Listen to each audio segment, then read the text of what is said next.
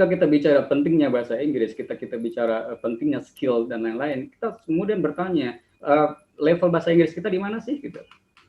Nah, untuk menjawab ini, tentu saja kita perlu semacam alat ukur, teman-teman. Kita perlu satu acuan yang dapat dipakai secara internasional untuk menyatakan kemampuan bahasa Inggris kita berada di level tertentu. Nah, untuk bahasa Inggris, itu mayoritas kita mengacu kepada CFR, yaitu Common European Framework of Reference, yaitu sebuah skala internasional yang kemudian menjadi acuan mulai dari A1, A2, B1, dan B2.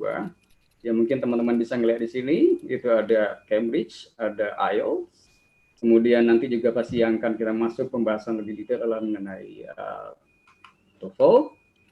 Jadi CFR ini adalah semacam besaran pokok, ya kalau teman-teman pasti paham, ya di dalam ilmu matematika itu ada yang namanya besaran pokok, yaitu besaran yang memiliki standar dan diakui internasional. Ya, salah satu contohnya mungkin besaran panjang meter.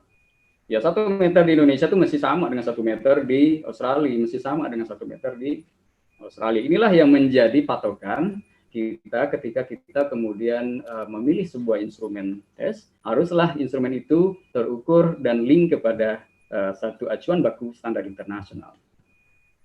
Oke, jadi sekarang sudah terjawab teman-teman, what is your English level? Bagaimana cara Anda mengetahui level bahasa Inggris Anda? Tentu saja Anda harus menjalani tes, teman-teman. Sehingga Anda tahu Anda ada di A1, A2, B1, B2, C1 atau C2 sesuai dengan CFR yang tadi disampaikan.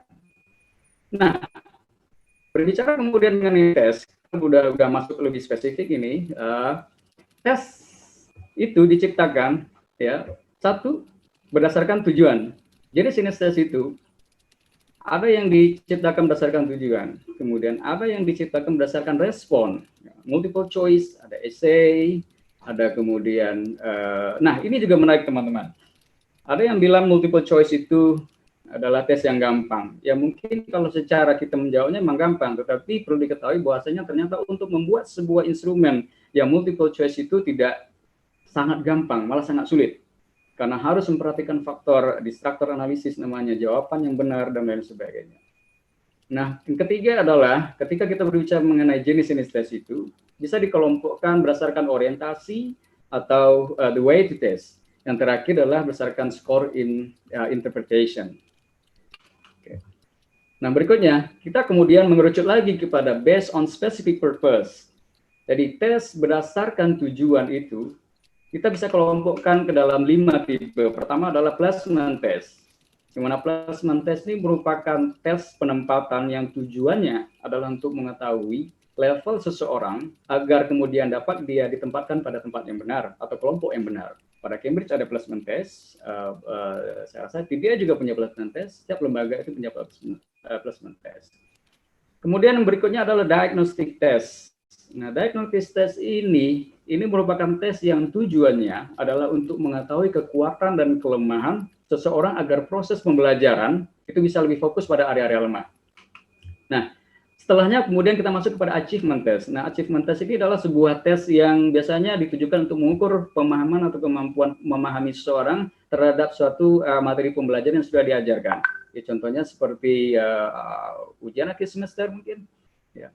Nah, berikutnya adalah proficiency test, di mana proficiency test ini ditujukan untuk mengukur kemampuan seseorang di dalam berbahasa. Nah, inilah kemudian ada TOEFL, ada IELTS, dan sebagainya di sini. Sementara yang language aptitude test ini lebih kepada mengukur kesuksesan seseorang untuk dalam hal dia terekspos dalam bahasa.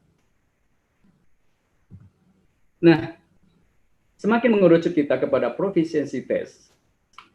Jadi adalah sebuah tes untuk mengukur global competence, kompetensi seseorang di dalam bahasa, ya karena memang hari ini kita membahas tentang TOEFL, tentu saja yang akan diukur adalah memang kemampuan bahasa itu sendiri. It is not limited to any one course, curriculum, or single skill in the language. It is test overall ability. Jadi tidak ada korelasinya dengan kurikulum, tidak ada hubungannya dengan bagaimana kurikulum satu daerah atau negara itu diciptakan, tetapi memang proficient test in English itu memang betul-betul mengukur komponen atau skill yang ada di dalam bahasa, di mana mungkin kita tahu dan paham bahwasanya ada 4 skill yang mestinya dipunyai seorang dalam berbahasa. 2 diantaranya itu productive skill, speaking dan writing. Kemudian 2 lagi ada receptive skill, yaitu listening dan reading.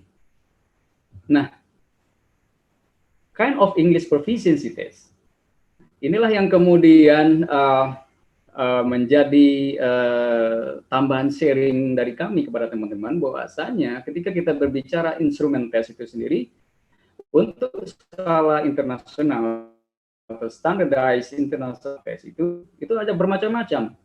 Sebelah IELTS yang memiliki 2 jenis academic general. Ada TOEFL yang tadi juga udah disampaikan oleh Bu Tia, itu ada IBT, ada ITT, kemudian ada TOEIC yang lebih ke komunikasi, ada Cambridge Assessment yang memiliki banyak seri, kemudian mungkin ada yang pernah juga dengar Pearson. Nah, semua instrumen ini kemudian kita katakan sebagai instrumen yang terstandar atau dapat diterima secara luas worldwide, karena memang instrumen atau tes ini memiliki prasyarat agar dia bisa masuk ke dalam CFR dan diterima internasional. Ya, diantaranya adalah validity, kemudian reliability, kemudian tentunya adalah international recognized, dan yang pasti setiap pengelolaan tes high stakes test ini harus melalui security yang betul-betul aman, teman-teman. TOEFL adalah bagian yang kemudian akan kita kupas lebih dalam hari ini, dan jangan lupa nanti di sesi berikutnya Bu Tia juga akan memaparkan lebih dalam mengenai tips and tricks. TOEFL itu sendiri, teman-teman, itu bermula dari tahun 1964. Lagi-lagi kita coba berbicara sejarah dulu agar kita memiliki pemahaman yang lebih baik. Jadi pada waktu 1964, TOEFL itu berbasis paper. Nah, kemudian pada tahun 1998, kemudian yang tadinya berbasis paper, kemudian berubah menjadi computer based. Nah, artinya ketika tahun 1998 ini berubah menjadi computer based, score report yang PBT itu tidak lagi berlaku secara internasional. Pada tahun 2005, yang computer based kemudian berubah bentuk menjadi IDT, the internet based. Sehingga dengan demikian mulai dari tahun 2005, score report atau sertifikat TOEFL yang berbasis CBT tidak lagi berlaku secara internasional. Nah, kemudian ada turunannya lagi di dalam TOEFL ini, ada yang dinamakan dengan TOEFL ITP, yaitu Institutional Testing Program. Kemudian pada tahun 2010, lahir lagi adiknya, TOEFL Junior, itu buat adik-adik kita yang di SMP. Tahun 2013, lahir lagi TOEFL Primary, itu buat adik-adik kita yang berada di pendidikan dasar. Nah, jadi teman-teman, kalau kita berbicara TOEFL itu variannya banyak. Cuman yang perlu kemudian kita ketahui sebagai mahasiswa, sebagai yang berada di higher education, bahwasanya apabila kita ingin memilih TOEFL, maka sorotan kita kemudian menjadi 2. Apakah TOEFL IBT atau TOEFL ITP? TOEFL IBT itu berbasis internet, pengakuan internasional, itu bisa dipakai untuk studi ke luar negeri, imigrasi, visa, dan lainnya.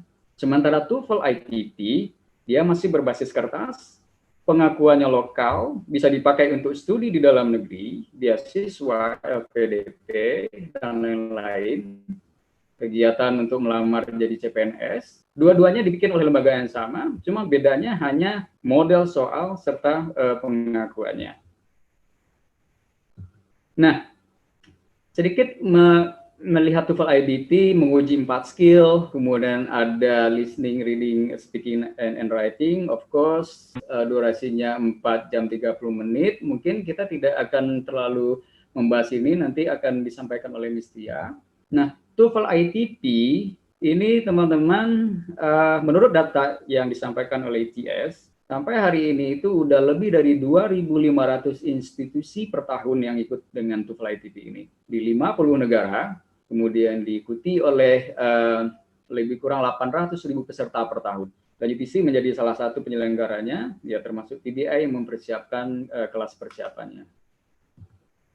Nah, dari data yang juga kami temukan, dari tahun ke tahun, teman-teman, ternyata animo daripada masyarakat kita ini untuk menggunakan TOEFL ITP di Indonesia ini cukup bagus. Sehingga dengannya bisa kemudian dilihat angka kenaikan 10% per tahun, yang menurut kami ini tentu saja menjadi sesuatu hal yang bisa kita lihat mulai pedulinya atau mulai mengertinya masyarakat kita, ya kaum generasi muda kita akan pentingnya sebuah instrumen untuk mengukur kemampuan diri mereka. Dan kenapa TOEFL ITP? Baik lagi karena tadi memang TOEFL ITP adalah sebuah jenis tes yang di-create oleh lembaga yang juga membuat TOEFL IDP, namun dari skala pengakuannya lebih lokal, fleksibilitasnya lebih baik, serta ini masih berbasis paper. Syarat kelulusan, syarat masuk berbagai institusi pendidikan, syarat masuk lembaga pemerintahan, kementerian, beasiswa pendidikan, calon pegawai negeri, dan bahkan di beberapa institusi, TOEFL ITP juga bisa dijadikan sebagai monitoring. Ada beberapa sekolah juga yang kemudian menjadikan TOEFL ITP ini sebagai exit program mereka. Ya, di semua mahasiswa itu wajib mengambil TOEFL ITP. Manfaatnya juga tentu saja akan kembali kepada diri teman-teman masing-masing. Gitu. Nah, di dalam TOEFL ITP ini ada dua level, teman-teman. Ada level 1 dan ada level 2.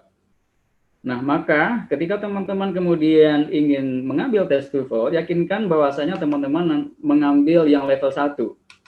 Karena level 1 ini itu memiliki skor mulai dari 310 sampai 677 dan diperuntukkan buat mulai dari level intermediate sampai advance untuk durasi sekitar 2 jam. Untuk konten sendiri, pada TOEFL ITP ini ada 3 bagian. Yang pertama adalah listening comprehension, berikutnya adalah structure and written expression, yang ketiga adalah reading comprehension.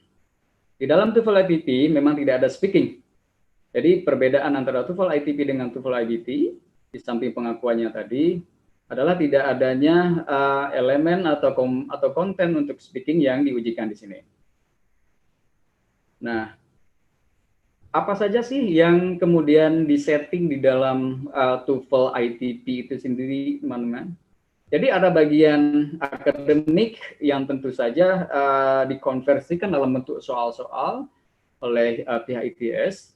Ya, sebagai contoh diantaranya adalah mungkin bagian art, kemudian ada tentang humanities, history, tentang politik, science, ada life science, ada tentang pelajaran physical sciences, social sciences.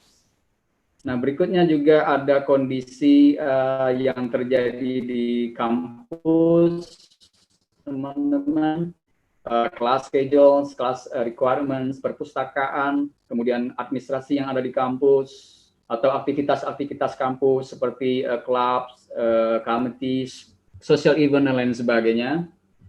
Nah, berikutnya juga tentunya ada topik-topik general yang kemudian menjadi pembahasan di dalam soal TOEFL ITP itu sendiri. Bisa jadi itu mengenai bisnis, tentang manajemen, tentang kantor, tentang hukum, ya, yang sifatnya umum, tentang lingkungan, ya, cuaca, lingkungan climate, nature, tentang makanan, ya, tentang language and communication, media, TV, internet, serta berbagai objek yang mungkin akan ditanyakan di sana.